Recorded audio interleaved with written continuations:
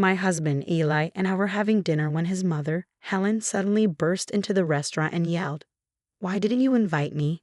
Eli quickly apologized and pulled out a chair for her. I was furious, but I managed to stay calm. I stood up and said, "You two enjoy, because I'm done with this marriage." The whole restaurant went quiet.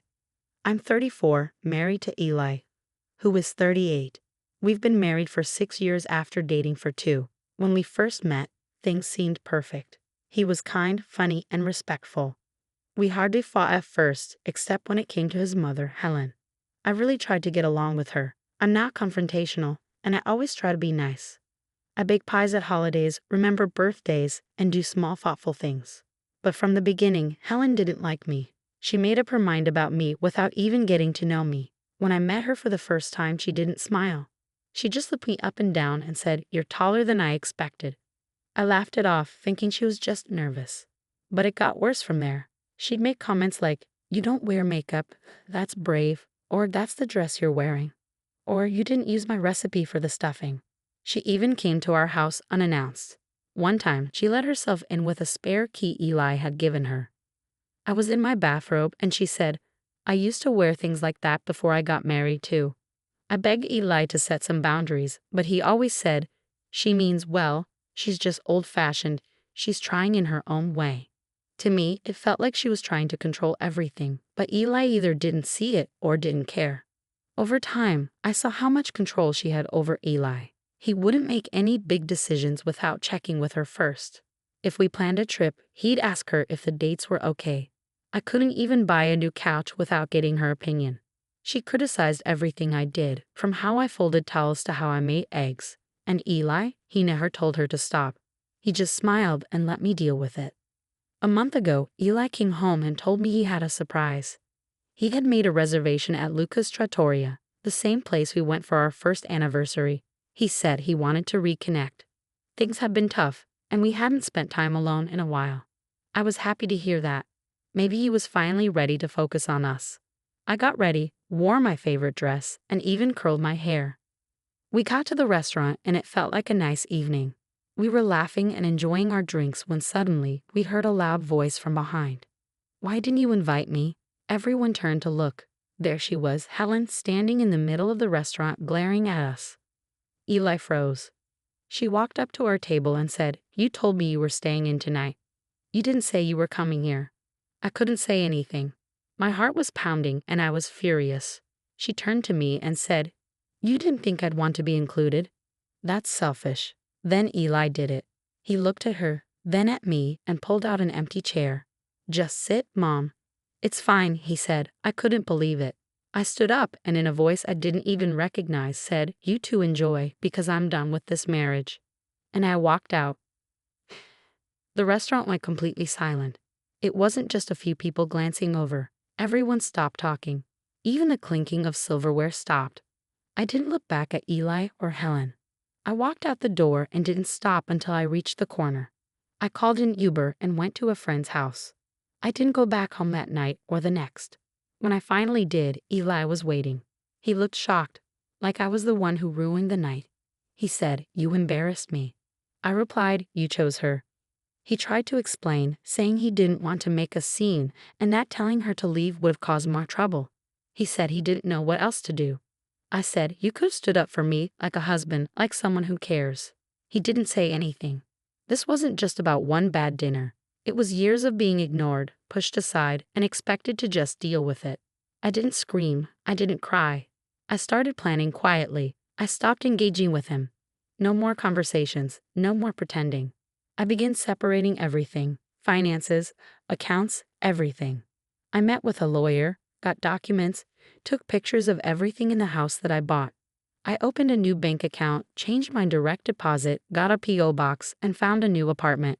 Eli still acted like nothing was wrong, like the dinner was just an overreaction. I stopped sleeping in the same bed, stopped cooking meals. He didn't seem to notice, or maybe he did and didn't care. After the dinner incident, I stayed quiet and took time to think. Eli acted like nothing had happened. The day after I came back, he was playing video games on the couch like it was any other Saturday. He asked, "You feeling better?" I didn't respond. He said, "You know how she gets. It's easier to let her come along than deal with the drama. I didn't answer, I just walked past him, realizing I was done pretending. I wasn't going to ask him to set boundaries anymore. I was going to act. I made copies of everything: bank records, receipts, texts, and emails. I handled most of our finances, so it was easy to track everything. I found out Eli had been sending his mother money, small amounts at first, but it added up. There were transfers labeled Mom's refund for car repairs, Helen groceries, and reimburse Mom for brunch. I never agreed to any of that. When I casually asked him about it, he said, "She's done so much for us. It's the least I can do." I added screenshots of these transactions to my folder. Things took a bigger turn one morning. While Eli was in the shower, I saw a message from Helen on his phone. I wasn't snooping, but I couldn't ignore it. It said, "Did you tell her yet?" I opened their group chat and saw multiple messages from Helen saying things like, "She's going to find out eventually. You said you'd tell her last week. It's not fair to keep hiding it." There were no other names in the group, just Helen and Eli. I felt my stomach drop. What were they hiding? When Eli came out of the shower, I didn't yell. I just handed him the phone. He went pale and sat down. "I was going to tell you," he said. "Tell me what, Eli?" He then admitted that Helen had moved into an apartment 2 floors below ours 6 months ago.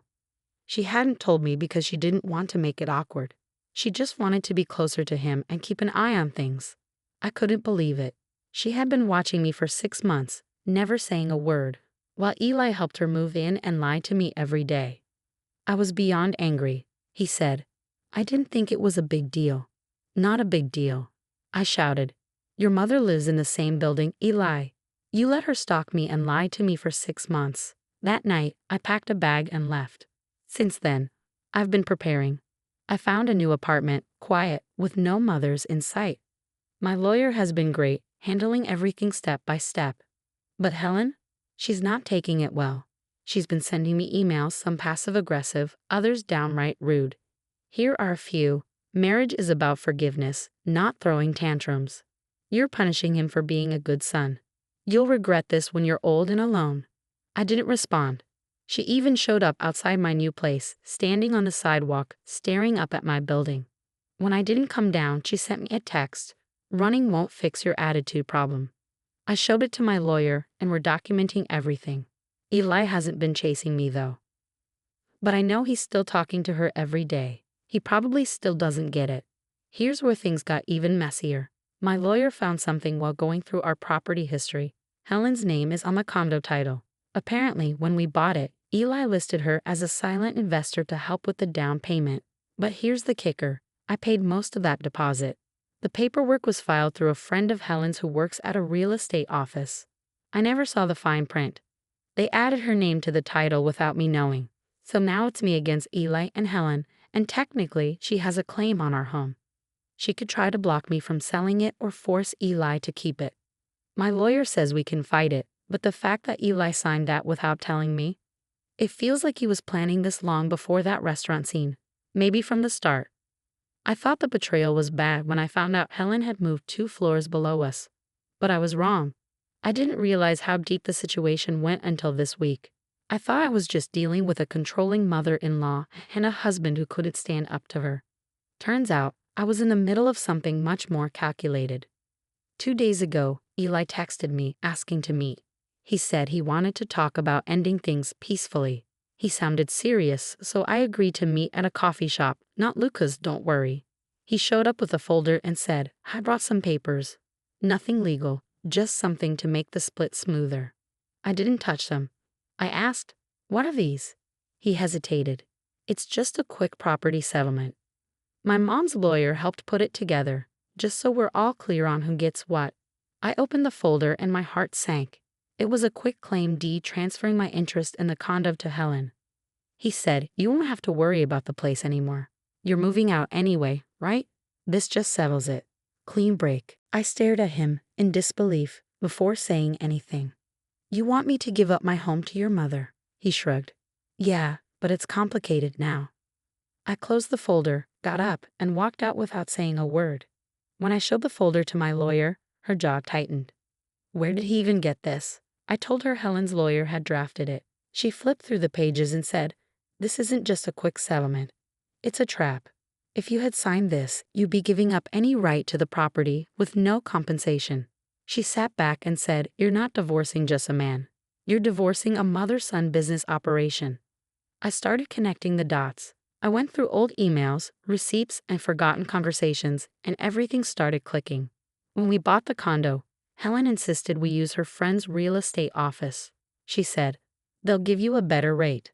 At the time, I trusted Eli to handle it. Now I know that office is no longer licensed, shut down for shady dealings and forged documents. Guess who signed the closing papers? Eli and Helen. They left me off whole sections of the contract, telling me it was just standard stuff and didn't need my signature. It's not legal, but it's shady. My lawyer's working on having a property fraud investigator look into it. If we can prove intent, we might have a case for fraud. Here's the latest twist, and it actually made me laugh.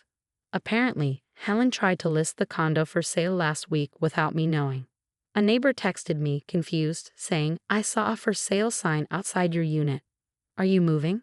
I checked online, and sure enough, my address was listed with an open house scheduled. The contact number was Helen's. I called the agent listed, and he seemed confused, saying he was hired by the co-owner and financial contributor. He said she told him the other party, me, was already bought out. I immediately forwarded that to my lawyer. Now Helen's being investigated for fraudulent listing activity. After the quick claim attempt, Eli started bombarding me with texts. First, long messages about how hurt he was. Then guilt trips. "You're throwing away everything we built." And finally, anger. "You're ruining my life because you're mad at my mom." I didn't respond. He called 11 times in one night, leaving a voicemail crying, saying, "You don't understand. She was the only one there for me when I had nothing. She gave me everything, and now you're taking it all away from her." That told me everything I needed to know. I wasn't just married to Ella. I was married to Eli and Helen, and I was the third wheel all along. The condo is now on hold due to the investigation. Nobody can sell it until ownership is clarified. My lawyer is preparing for a full divorce filing and property dispute. I've started therapy weekly because I didn't realize how broken I felt until I left that house. Helen is under watch. If she tries another stunt like the fake sale, we'll file criminal charges. There's more I haven't shared yet. Things I've uncovered about Ailey's bank accounts, things I'm sure Helen doesn't even know I know. That's coming soon. This isn't over, not even close. At this point, the legal battle had started. The divorce was happening and the property dispute was a nightmare. Helen had even tried to sell my condo behind my back, but it still wasn't over. Some people don't give up easily. It was a Thursday night and I was at my new apartment, eating takeout when I got a text from Eli. "Can you come to dinner at Mom's one time to talk?" I didn't answer right away. Something about his tone felt wrong, too calm, too fake, but I agreed. Why? Because I wanted them to say it all out loud. No more hiding behind texts or lies. I wanted to see them squirm face to face. I needed it for closure. I got there early at 7:00 p.m. sharp. Helen opened the door with a smile like everything was normal. Her house smelled like meatloaf and entitlement. She said, "Glad you came. We can be adults about this." I didn't smile. Eli was already sitting at the table, looking tired and worn out. Good. We sat down. Dinner was quiet at first, then Helen cleared her throat. "We wanted to talk about the condo, about what's fair." Fair? I almost laughed. She kept talking. "You were never financially ready to buy something like that. Eli and I made it happen. It only makes sense that we protect our investment." Eli nodded a little. "It was never meant to go this way." I put my fork down. "You mean the way you lied about her living in the building, forged my signature, and tried to trick me into signing my property over with a fake document?" Helen frowned. "Don't be dramatic." That's when something snapped in me. I stood up. "You think this is about property? This is about how you both disrespected me for 6 years. You never saw me as family. You never even saw me as real." Eli said, "I tried." "No, you hid behind her your whole life. You never really left her house. You just brought it into mine." Helen stood up now too. "You don't understand how hard he's had it. I gave him everything." I looked at her, then at him, "And he gave it all to you, even when he promised it to me." Then I pulled out a folder from my lawyer, bank statements, payment records, proof that I paid for 87% of the condo directly. I dropped it on the table. That's the truth. You can tell your stories, but numbers don't lie. Silence. Eli's face dropped. He didn't even open the folder. He just stared at it, like it might bite him. Helen said, "This is unnecessary. You're being vindictive." Just then, a voice spoke behind me. "She's not being vindictive. She's telling the truth." It was Helen's sister, Aunt Marie. I hadn't noticed her come in. Apparently, she was involved because my lawyer had subpoenaed Helen's financials, some of which were tied to Marie through a family trust. Marie walked in with her arms crossed. "Do you want to tell her, Helen? Or should I?" Helen froze. I asked, "Tell me what?" Marie looked at me. The money Helen used for the down payment, it wasn't hers. It was from a trust fund left by her late husband, meant for younger family members. She wasn't supposed to touch it. She forged documents to get it released. I found out because your lawyer asked me to verify the funds. My stomach dropped. Eli whispered, "Is that true?" Helen stayed quiet. Marie dropped the bomb. "If this gets reported, and it will, she could be facing fraud charges." Helen screamed, "You're destroying this family. You brought an outsider into our home, and now look what's happened." Eli stood up and yelled back, "You did this, Mom. You lied. You made me lie. You ruined everything." She slapped him right there, in front of me and Marie. He didn't react. He just stood there, shaking, red-faced. I picked up my folder and calmly walked out. Before I left, I said, "You can keep your lies, but you're not keeping my life, my name, or my future." And I walked out. The next day, my lawyer froze the condo's title completely. Helen's accounts were flagged for investigation. Marie agreed to testify if needed. Eli emailed me to apologize, saying he didn't know about the trust fund and was sorry for everything. I didn't reply.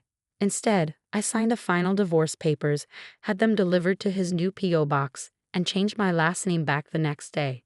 It's been 3 months since that night. I live in a smaller apartment now, no fancy countertops, no shared mortgage, but it's mine. I sleep better, laugh louder, and cook dinner without being judged for how I slice vegetables. Sometimes I look back and feel angry about the years I lost, about how blind I was. But mostly, I feel grateful because I got out. And if you're reading this, wondering whether you should walk away from someone who never stood up for you, here's your sign.